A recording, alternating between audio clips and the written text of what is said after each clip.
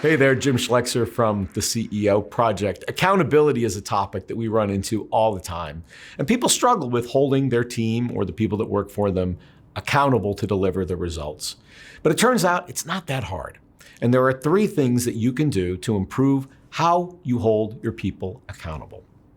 Number 1 is a clear set of objectives. In other words, you need to spend time with the person that you want to hold accountable for the task and make sure that you and they understand exactly what that deliverable looks like. You know, the speaker bureau needs to have X, Y, and Z. Don't do this, make sure it looks like this. Whatever the parameters of a high quality deliver, that needs to be understood. That's number 1. Because many times we skip that step. We just say, hey, build something, and it's not what we wanted, and you haven't been able to hold them accountable to the level that you're after. So clarity is number 1.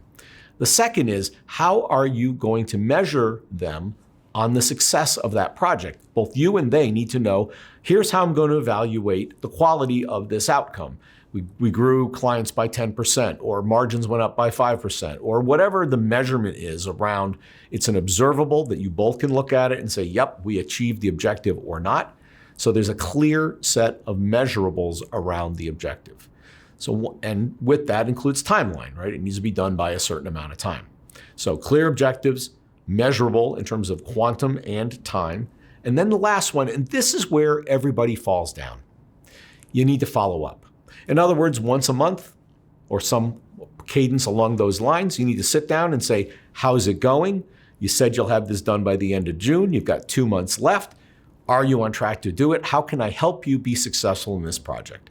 And this is what everybody misses, particularly when things get a little behind and they know it. They don't want to have what is frankly a very difficult conversation that my perception is you're behind the curve on this project. I'm worried about it. I'm afraid you're not going to complete, or I'm worried about the quality of the project. How can I help you be successful? Do you need more resources? Those are all difficult conversations, so we avoid them.